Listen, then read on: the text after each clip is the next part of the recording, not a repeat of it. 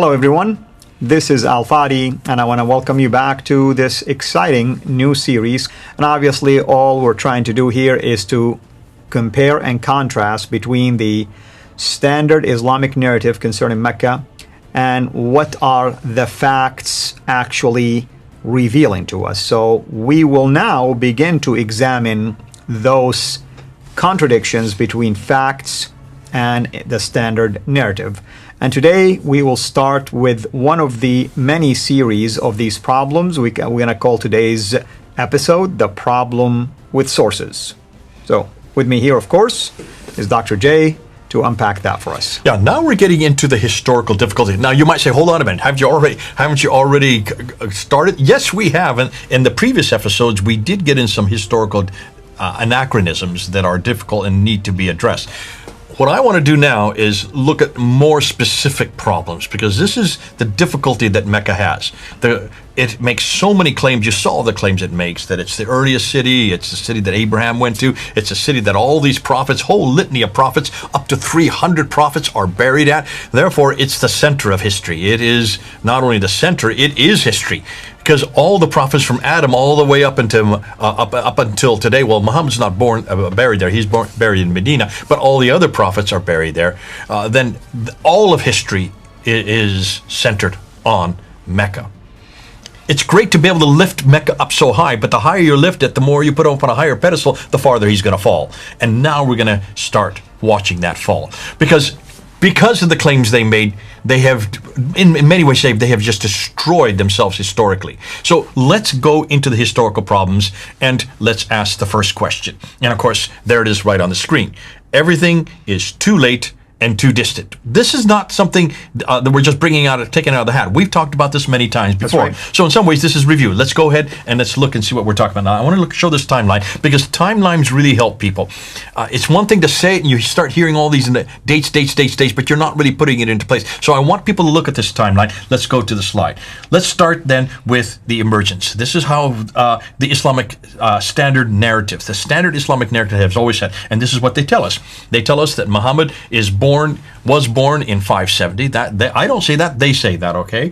And that we know that the Quran was first revealed in 610. So you're talking about 40 years into his life, he starts to receive this Quran from Jibril there in Mecca. So he's been in Mecca since 570, he's still in Mecca, 610, 40 years later, and he's up in the cave, the Hira cave, and he starts receiving this revelation. Now, what we do know is that about 621, 11 years later, suddenly he's woken up in the middle of the night, told to get on the back of the winged horse, who flies him up to Jerusalem, and from Jerusalem he then goes up to the seven heavens. That's called the Mi'raj. How do you say it? Mi'raj. Yeah. I'm not going to even try to desecrate your language. You do such a good job of doing it correctly. Please stop me and correct me every time we get to these words. That happens in 621.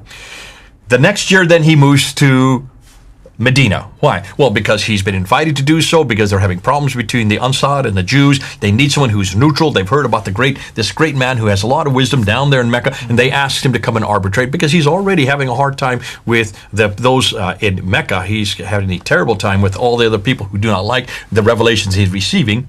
So he moves up, some say with maybe 80, some say with maybe 200 followers, known as the Muhajirun. These are the people of the Hijr. These are the people of the exodus, the people of the movement from one place to another. And that happens in 622. This is the standard Islamic narrative. Again, let me keep repeating that. This is their narrative. He comes back to Mecca and then takes over Mecca in 630.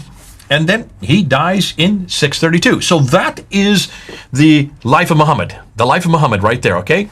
According to the standard narrative. According to the standard Islamic narrative. Right. There you can see it on a timeline. From 570 up to 630. That is his lifetime. Now what happens as soon as he dies? Well, then Abu Bakr takes in control, and then he rules for about 2 years. And he dies naturally. All right? 632 to 634. So someone else has to take over.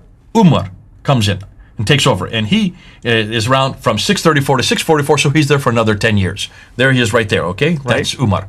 He is killed. Right. So when he is killed, Uthman has to come and take over. Boom, boom, boom, boom, boom, bounces back in here, there's Uthman.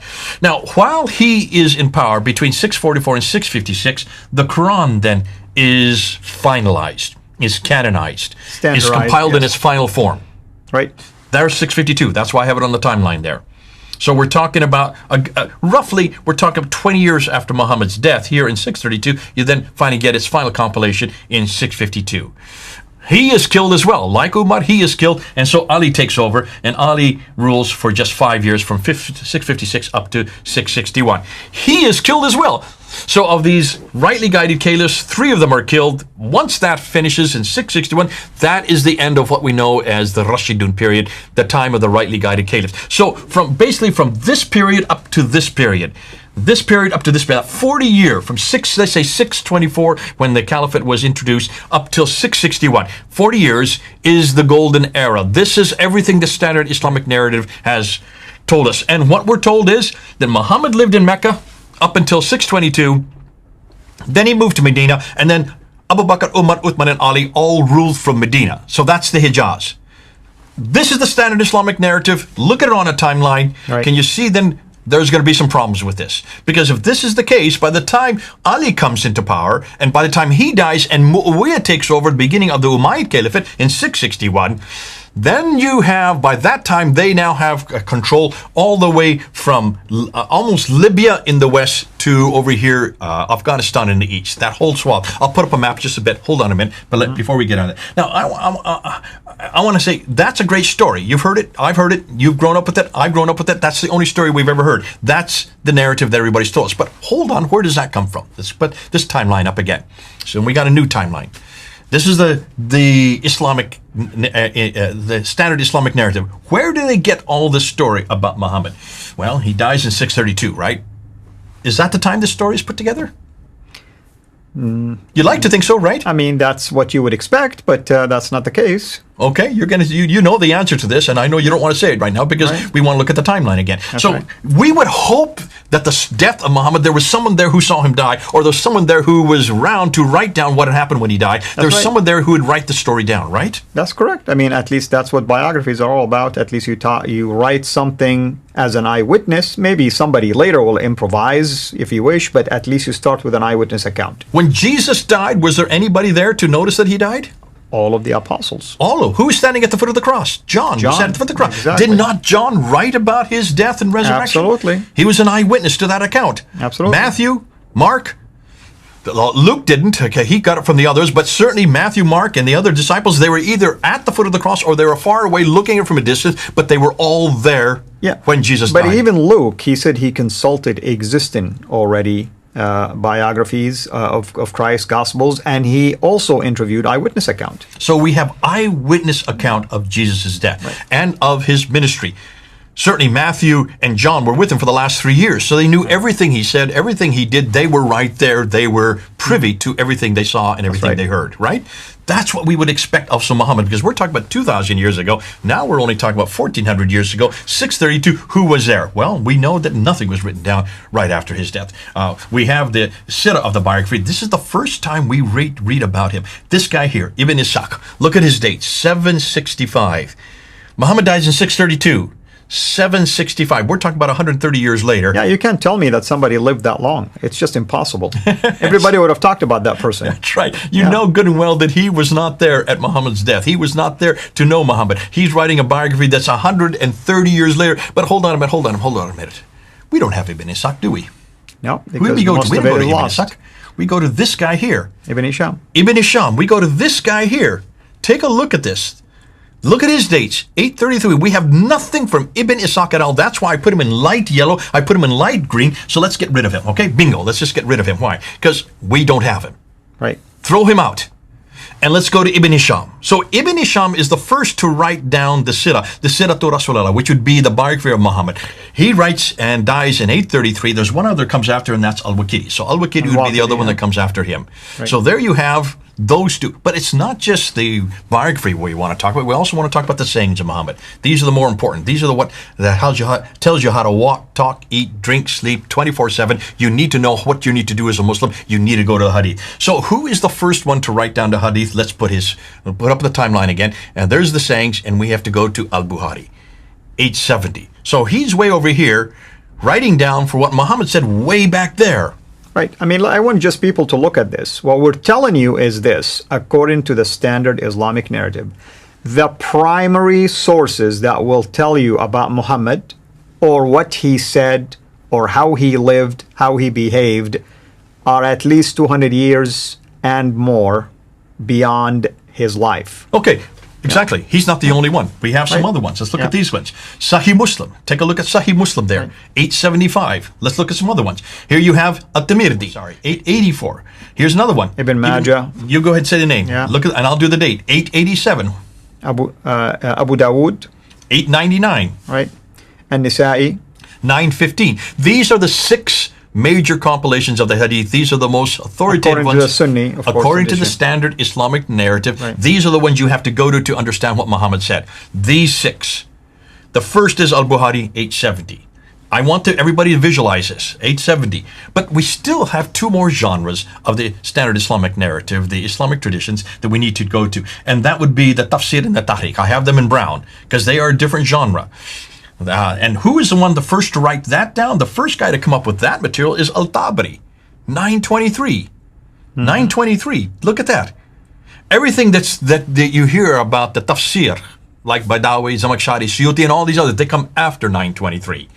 And the tahriq, the histories, they come after 923. He is the first to write this down. Now, why is that important?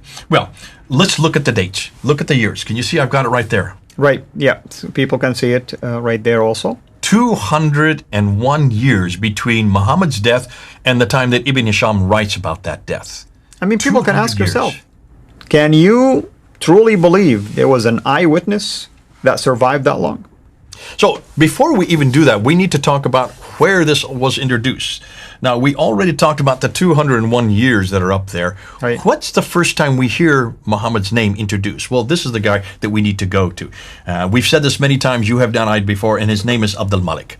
Abdul Malik, the caliph between 685 and 705, is the first one to introduce his name. He introduces it on the coins, he introduces it on the Dome of the Rock, and he introduced it on the caliphal protocols. Right. The coins and the protocols are all being created there in Medina. Of course, the Dome of the Rock is in Jerusalem. So it's been introduced in 692. If it is in 692, take a look at the timeline again, and you see that's 141 years after Abdul Malik even introduces the name that finally we hear about who he is and what he did, right? Right. But Abdul Malik, we don't have anything written from Abdul Malik's age. We need to go back and find out who is the one that actually introduces the narrative about him. And the people who introduce the narrative about him are the Abbasids. We've said this many times. It's the Abbasid narrative. The standard Islamic narrative is really the standard Abbasid narrative. That's when everything basically was being put together. That's when it all is put together, and that's their narrative. They've had 84 years before they finally get it written down. They come into power in 749. It's not till 833 that they finally get his biography down. It's not till the 870, that is 120 years later, that they finally get his sayings. 70 years and, 80 years and 120 years? What does that tell you? What's going on here? I mean, everything is late, like you said. And why is it so late? Because that's how long it takes for them to finally agree on getting it put together. Remember what we've heard about Al-Bukhari. Al-Bukhari is given 600,000 of these akhbars. That's right. These sayings. And he looks at them and he whittles them down. Throwing out. And he comes down to 7,397, basically 7,400. Out of 600,000, he whittles them down to only 7,397. That's just 2%. Right. And 98% he throws out. Well, what and where did that 98% come from? And the reason why he threw them out? Because of corruption. They didn't, he says corruption. Yeah, invention, Yeah. We now know it didn't fit their narrative. It did not fit the Abbasid narrative. And that other 98% was all from before the Abbasids. So that's the material that we can't find. That's the material that predates 749. All that material that goes from 749 all the way back to 632, that first 120 years, that material we don't have because it's all been destroyed by people like Al-Bukhari and others. They themselves admit that they destroyed it. Throwing out 98%, I'd love to see that 98%, because if we could see that 98%, we could then really know whether or not Muhammad did exist, whether or not the Quran was revealed at that point, and most importantly for our discussion, whether or not Mecca ever existed that early. as we're going to find out, if this is what we're working with, this kind of timeline, can you then understand then why we're bringing up this problem? Now, before we go on, let's look, and I want to go back to the screen again. I want to show you this map. Look at this map here. This is what we know is concerning the distance and direction, because everything we know about Muhammad from the standard Islamic narrative comes from those two cities right there, the Mecca and Medina, that you see circled in green. Everything that they say happened with Muhammad and everything else that happened with the emergence of Islam, the origin of Islam, all comes from those two cities that you see right here, Mecca and Medina, right, that part of the world. That's the central part of Arabia, right? It's not the north, it's not the south, it's not the east. Not the north, not the south, not the east. As we said in the last episode, that's where the big empires existed. There's nothing happening here because this is all desert. Nonetheless, the standard Islamic narrative is saying that these cities existed from the time immemorial, from the time of Adam and Eve, from the time of Abraham, and we're all in charge of all the trade, north, south, east, and west. So we're going to zero in on that. Here's the difficulty. The story from all the standard Islamic narrative comes from writers, but they're all writing in this city up here, Baghdad.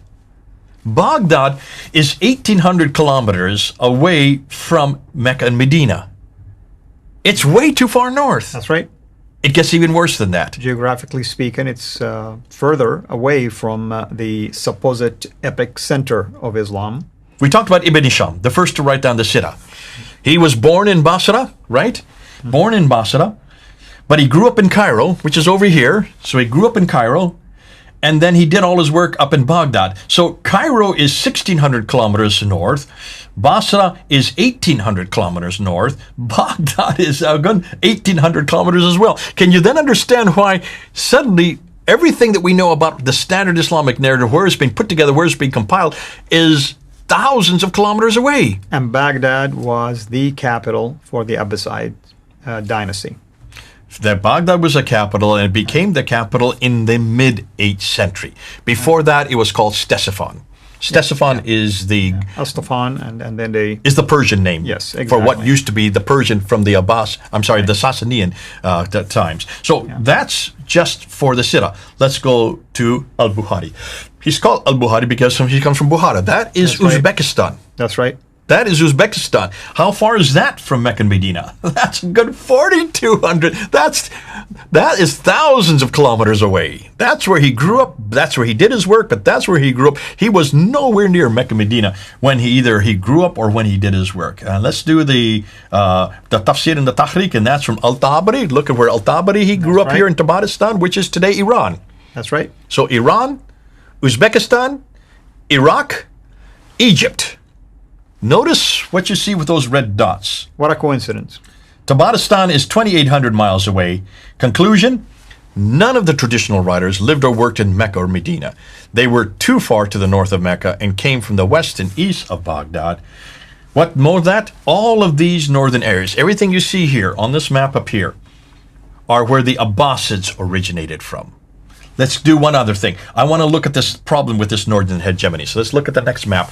This northern hegemony, when you look at the Islamic traditions, so the Islamic traditions say it all happened in the Hijaz, yet all the writers of the traditions work in Baghdad. You can see that, and they come from, they work in Baghdad, though they come from these other cities, so I'm putting them up on the map there. You can see visually. Note all of these northern areas are where the Abbasids originated from, where all the red circles are. That's where they originated from. On top of that, all the writers of the traditions, let's come down underneath here. Look where the writers are. There's Ibn Hisham, there's Al-Bukhari, there's Al-Tabari. They're hundreds of years away for the writers. Which is even more damaging. There you go. Yeah. And hundreds of miles too far to the north. So that when we always say too far north and too far distant, or too far north and too late and too far, this is what we're talking about. That's too late down here, and that's too far up there. It's too late because Muhammad was born way back there, and it's too far north because Muhammad was not born. Muhammad supposedly was born here when everything we know about him is way up here. So, conclusion: they all wrote their material hundreds of miles too far away and hundreds of years too late. There's the timeline. Right. There's the map. The two together. So we're concluding with all these things. Hold on a minute. People will say, well, hold on a minute. You got the same problem in Christianity. Do we? Let's do the same timeline, and let's look at Christianity, and let's look at Jesus Christ. So what I'm going to do now is I'm going to show you where our writers write about Jesus Christ, and I'm going to give the most liberal dates possible. You're not going to agree with these dates. You're going to get all upset. Don't worry about it. I want to show you with even the most liberal dates. For those of you who are watching me, many of you are going to get upset, you Christians. Hold on. I'm doing this intentionally. I want to take not the conservative dates. I want to take the liberal dates. Let's look and see what we know about Jesus, and let's ask the same question about Jesus. When he was born, who wrote it, when they lived it, when they wrote about what he said and did. So let's start with there's Jesus in 33 A.D. Now, the Tahrik is the first to be written down. So this would be the history of the early church. And that's the book of Acts, the history of the early church. Now, we know that was written by Luke between 52 and 62 A.D. So we're talking roughly 20 to 30 years after Christ died. You have the Tahrik.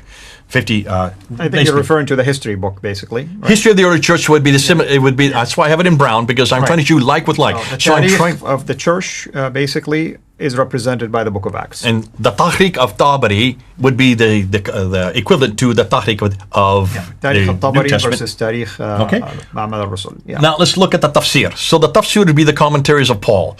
Paul begins to write within 15 years of Christ's death and then continues up until 65 AD. So that's within 15 to 34 years of Christ. You have the tafsir. The tafsir of al-Tabari would be corresponding to the tafsir of Paul. Paul is the one who then unpacks what Jesus said in all of his letters in the different cities.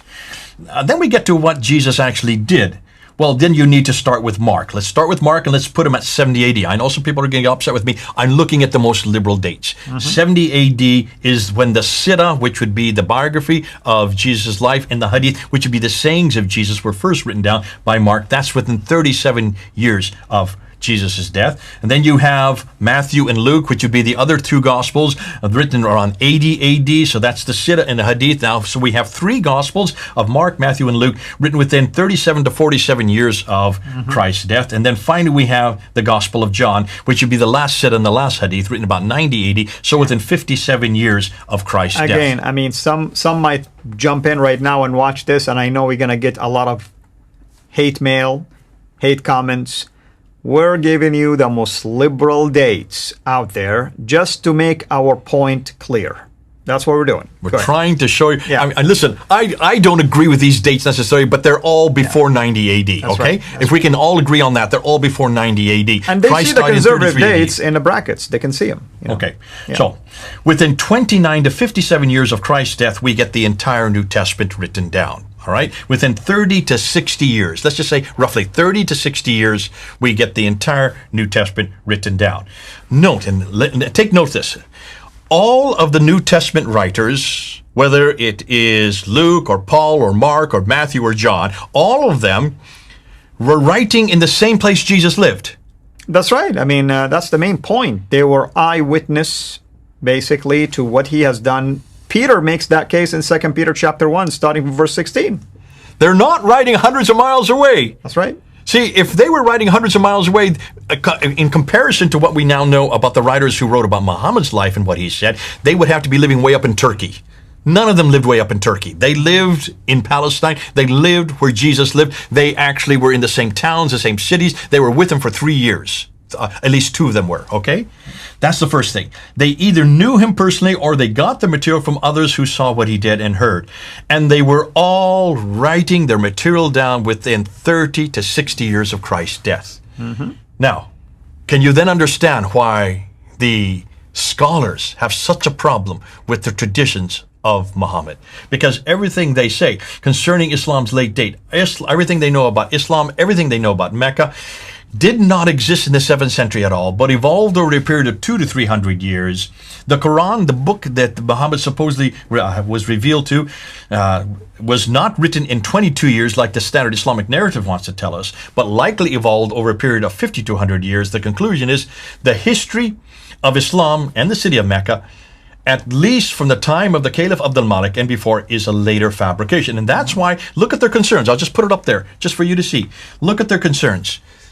Why in the world did it take so long to write this down? Why is it no one actually lived in Mecca to write about it in Mecca? That's right.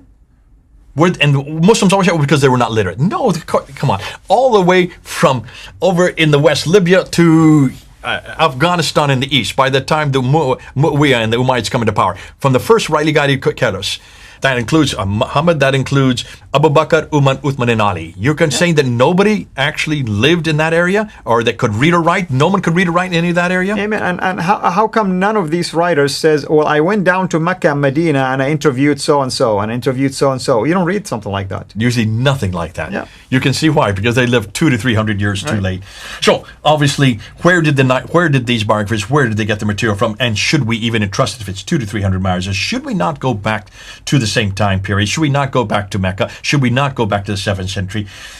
And we do. We need to go back to the 7th century. We need to go back to Mecca. And let's see what they're finding. And that's what we need to talk about. So we're not interested.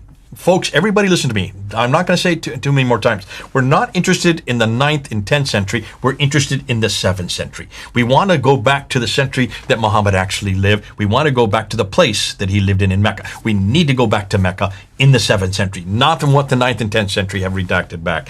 That's what we're going to be doing next. So, obviously, the next thing we're going to look at is, and before we do that, let me just quickly put up this map. Let me just put this map just to end this off. Take a look at this map. Let's look at the slide here. This is the map that we need to look at, because when you look at this map here, you can see, and if you just, if we look at the slide, if you look at the brown area, if you could look at me, point at this brown area here, that's the part of, according to what the standard Islamic narratives have, existed by the time Muhammad died. So right in that brown area. Which is the Hijaz region with a smaller portion of the Najd region, basically. And coming down here to the all the way Hadramaut. to Yemen, yeah, and Then, Hadramaut. by the time we get to the time of Uthman and Ali, then you get this orange area here. Right. But by the time we get to, Ali, so Uthman Ali, you get to this period. So from this place, which is Afghanistan, all the way over to Tripoli, by the time Muawiyah comes to power, this whole swath of land is now under the control. And this is the area that I want to talk about. So I want to talk about the pink, the orange, and the brown area. Those three areas. Let's look at this area, because this they controlled. They controlled all of that area. And that includes Afghanistan, that includes Iran, today Afghanistan, today Iran, that includes Iraq, today's Iraq, that includes Jordan, that includes Syria, that includes Lebanon, that includes Israel, that includes all of Saudi Arabia, and that includes Egypt and Libya. So that whole swath of land was there under the control by the time that Muawiyah comes to power in 661. Meaning that we need to go back to this map, to this area, and to that time. That's what we're going to do next. Wonderful. I hope everyone is enjoying this series. And as you heard, when we come back, we will begin to visit these areas, and we will talk also about the Arabic language and also its implication when it comes to the Quran, among many other issues that we will be raising. Hopefully, you can join us back again, and thank you for your interactions and your comments. Keep them coming. And if you are a Muslim, basically, we are so thankful, of course, that you're making time to watch this.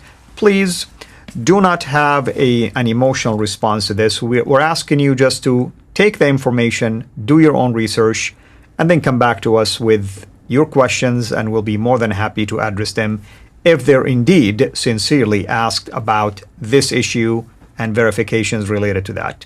Thank you, brother. Thank you, everyone. This is Al Fadi, over and out. God bless you.